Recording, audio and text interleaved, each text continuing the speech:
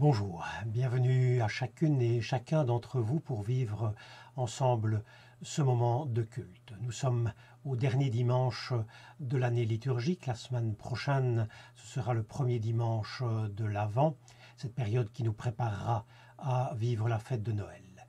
En ce dernier dimanche de l'année liturgique réservé au thème de Christ roi, mais qui peut prendre toute une multitude de facettes, nous voulons réfléchir en particulier sur le thème de Dieu, notre berger.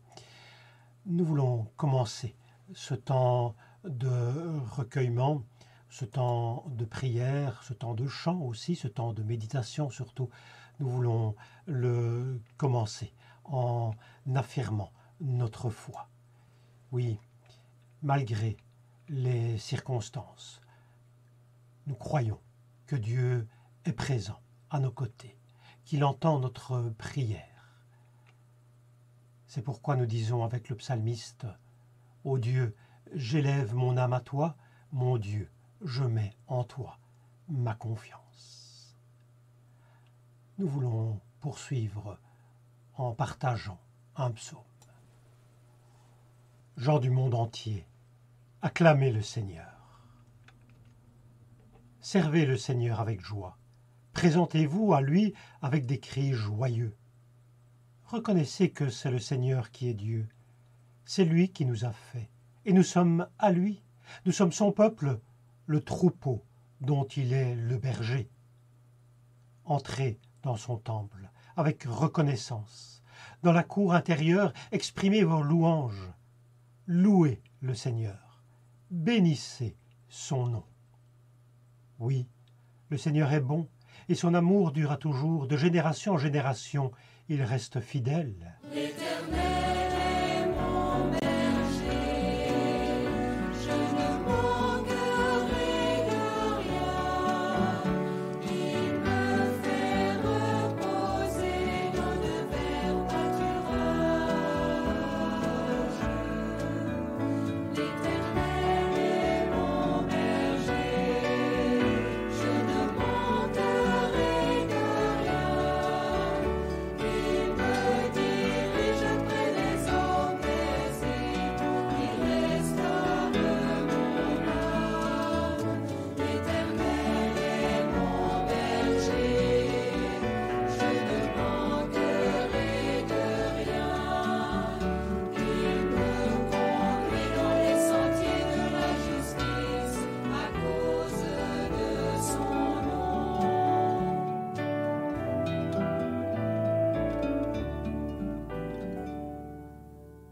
Nous faisons une lecture dans notre Bible au prophète Ézéchiel.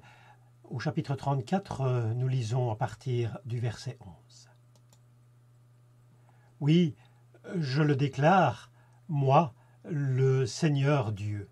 À partir de maintenant, je m'occuperai de mon troupeau et j'en prendrai soin moi-même. Je prendrai soin de le regrouper comme le fait un berger au milieu de son troupeau éparpillé. J'irai rechercher mes bêtes partout où elles ont été dispersées un jour de grand orage. Je les retirerai du milieu des populations et des contrées étrangères où elles se trouvent. Je les rassemblerai et je les ramènerai dans leur pays. Je les conduirai sur les montagnes d'Israël, au creux des vallées et dans tous les endroits habitables. Je les mènerai dans un bon pâturage. Elles auront leurs prairies sur les montagnes en Israël. Oui, elles auront là de belles prairies pour s'y reposer et de gras pâturages pour s'y nourrir sur les montagnes d'Israël. Je serai moi-même le berger de mon troupeau. Je le mettrai à l'abri. C'est moi, le Seigneur Dieu, qui l'affirme. J'irai chercher la bête qui s'est perdue. Je ramènerai celle qui s'est égarée. Je soignerai celle qui s'est blessée. Je ferai reprendre des forces à celle qui est malade. Mais j'éliminerai celle qui est trop grasse ou vigoureuse. Je dirigerai mon troupeau selon la justice. À mon troupeau, voici ce que je déclare, moi le Seigneur Dieu, je serai juge entre les brebis elles-mêmes, entre les béliers et les boucs.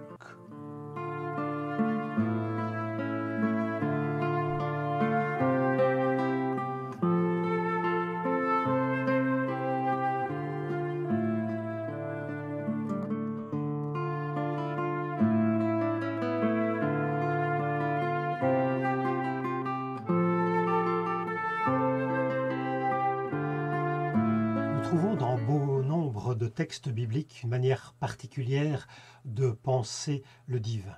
Celui-ci y est vu comme un berger. Il est décrit comme berger, parle comme un berger. Ou encore, on utilise le vocabulaire de ce métier pour parler de l'action du divin dans le monde. Nous avons vu cela notamment dans ce texte d'Ézéchiel au chapitre 34. Oui, je le déclare, moi, le Seigneur Dieu, à partir de maintenant, je m'occuperai de mon troupeau et j'en prendrai soin moi-même. Nous y trouvons donc cette idée que Dieu dit au peuple d'Israël, je serai votre berger moi-même. On voit bien cette pensée être utilisée ici. Cette pensée, voir Dieu comme un berger, donc, est très présente en fait dans l'Ancien Testament. C'est un symbolisme qui n'est pas sans anthropomorphisme, soulignons-le au passage, est souvent utilisé dans l'Ancien Testament et bien entendu est repris dans le Nouveau Testament. Un symbolisme qui me semble particulièrement inspirant. Et je poserai alors cette question, est-ce que ce symbolisme est inspirant pour nous, aujourd'hui encore, et pourquoi pas en fait? Déjà, remarquons-le, dans d'autres cultures, d'autres religions, ce rapprochement entre divin et berger existait et y était présent, voire même très présent. On ne s'en étonnera d'ailleurs pas. Le rôle de berger dans la société est quelque chose d'important, surtout dans ces périodes lointaines comme celle de l'Ancien Testament. Il est normal d'avoir des divinités protectrices de ceux qui exercent ce métier. Et à partir de là, tout un développement d'une pensée que l'on peut qualifier de théologique se fait normalement. On peut prendre par exemple dans la mythologie grecque le dieu Hermès. Certes, c'est un dieu que l'on pourrait qualifier de multifacette. C'est le dieu du commerce, c'est le messager des dieux, l'accompagnateur des âmes, le gardien des routes et des carrefours et encore beaucoup d'autres choses. Et il est aussi Hermès criophore, c'est-à-dire Hermès qui porte sur ses épaules un bélier ou un agneau. Il est vu comme le dieu protecteur des bergers, il est représenté sous cette forme aussi à de nombreuses reprises. Notons ici au passage que cette image sera reprise dans le christianisme qui l'appliquera à Jésus, Jésus vu comme le bon berger. Évidemment, l'idée ici sous-jacente de Hermès criophore est un petit peu différente, me semble-t-il. C'est un dieu protecteur d'une profession particulière. Et notons d'ailleurs que dans cette mythologie grecque, Pan, le dieu Pan, a aussi cette fonction de protection. On retiendra simplement ici que le divin associé au terme de berger n'est pas propre au judaïsme, ni au christianisme bien entendu, qui reprendra cette même idée. En fait, ce terme est particulièrement développé dans l'Ancien Testament. Nous pouvons penser à ces grandes figures bibliques proches de Dieu et qui sont associées à ce métier de berger, comme Jacob, l'ancêtre du peuple d'Israël, qui a d'abord servi comme berger chez Laban. On pensera évidemment aussi à David, ce grand roi, qui est d'abord berger aussi, Mais dans bien des textes bibliques, Dieu est lui-même désigné comme berger. Prenons par exemple le texte de la Genèse au chapitre 48.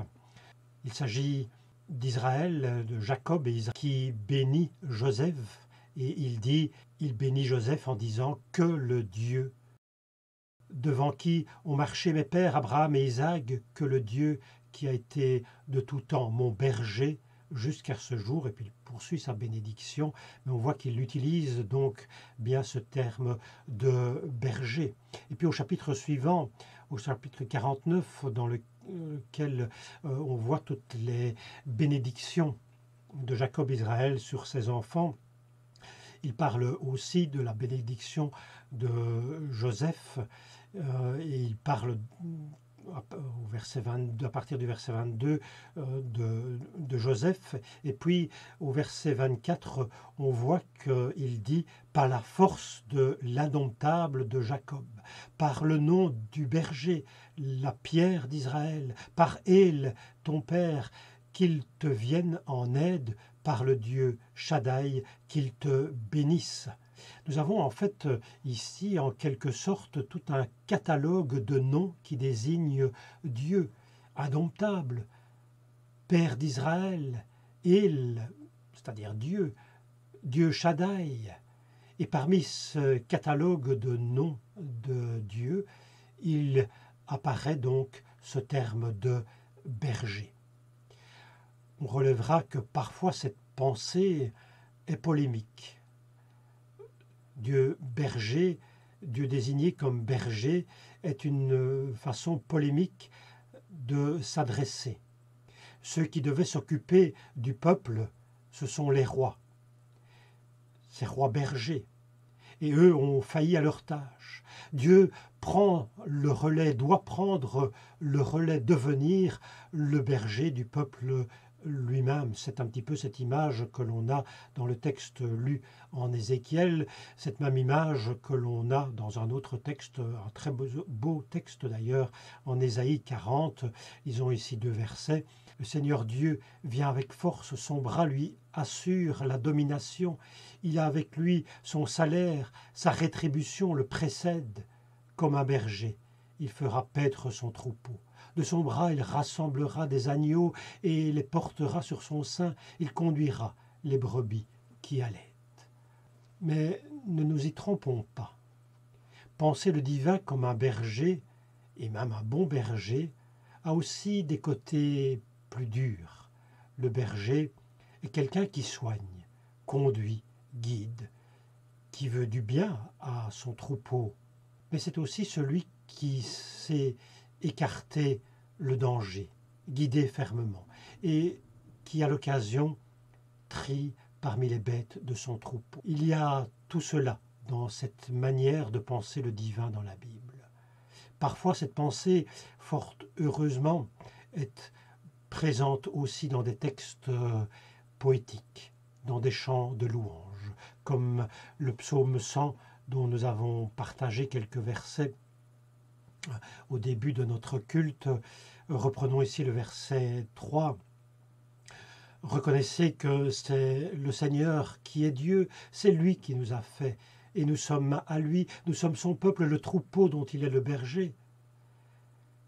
Évidemment, aussi en pensant à des chants de louange, en pensant à des images poétiques de Dieu comme berger, on pensera très rapidement au psaume 23, un très beau psaume dans lequel on voit être développée d'ailleurs cette pensée d'un Dieu berger. On voit ici que Dieu, comme berger, est celui qui apporte la paix, il apporte la tranquillité, il survient aussi aux besoins de son peuple. Il me fait reposer dans de verts pâturages, il me dirige auprès des eaux paisibles. Il prend soin de ses brebis, il les soigne spirituellement, il restaure mon âme, dit le texte. Ici, on pourrait se laisser aller à toute une contemplation de cette pensée. il garde du danger, il dirige dans une vie juste aussi.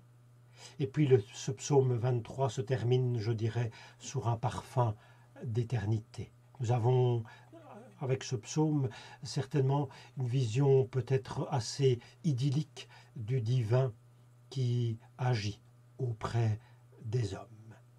Il y a certainement beaucoup de choses à dire sur cette association entre divin et berger dans l'Ancien Testament. Penser le divin comme berger est riche de symbolisme. Et c'est une richesse qui, de tout temps, a fait penser, a fait réfléchir à la manière dont nous comprenons l'intervention du divin dans l'existence des hommes. Nous retiendrons aujourd'hui que cette image de Dieu berger porte à se tourner vers l'avenir. Et se tourner vers l'avenir avec confiance. Nous cheminons dans un monde parfois difficile, parfois menaçant aussi, parfois aux prises avec toutes sortes de dangers, mais aussi dans un monde qui est bon, puisqu'il y a en son sein de bons pâturages.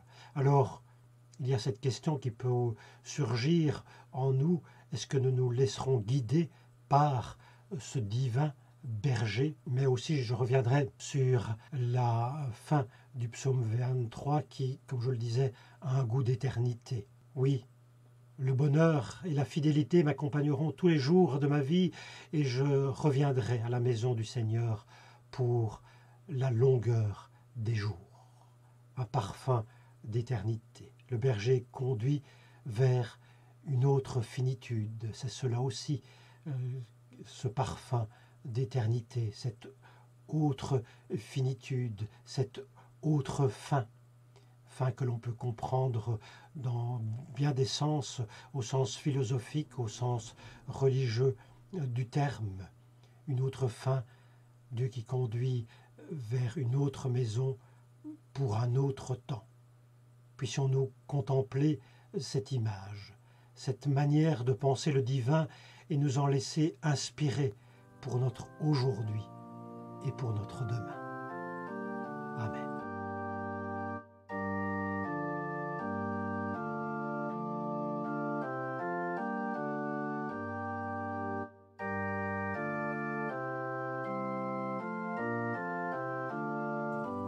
Nous voulons partager cette prière.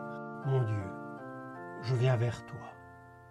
En ces temps troublés, tu es le pôle stable, l'équilibre intérieur. J'ai plaisir à être près de toi. Je m'y sens moi-même. Je crois en toi et je reconnais mes limites. Je m'adresse à toi plein de questions car je ne sais plus la juste mesure des valeurs. Qu'est-ce que le monde et quel est son avenir? Vers quoi devons-nous aller, Seigneur? Qu'exiges-tu de moi? Qu'attends-tu de nous? Je t'en prie, fortifie ma conscience, ma disponibilité, ma foi. Donne-moi la tolérance, la charité, le respect de la vie humaine. Je t'en prie, donne-moi la force de reconnaître le droit chemin, de rayonner parmi les hommes, de vivre pour un monde humain dans ton Église.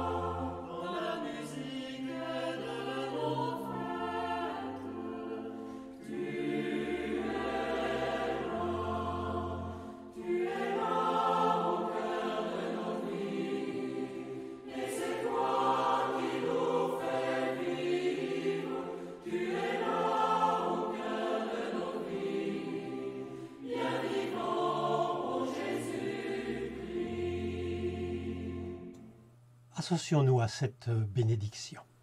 Jour après jour, sachons discerner les lueurs d'espérance qui annoncent la venue du Seigneur. Allons dans cette paix qui nous vient de lui. Que le divin berger, que le Dieu de tendresse et d'amour vous bénisse et vous garde. Amen.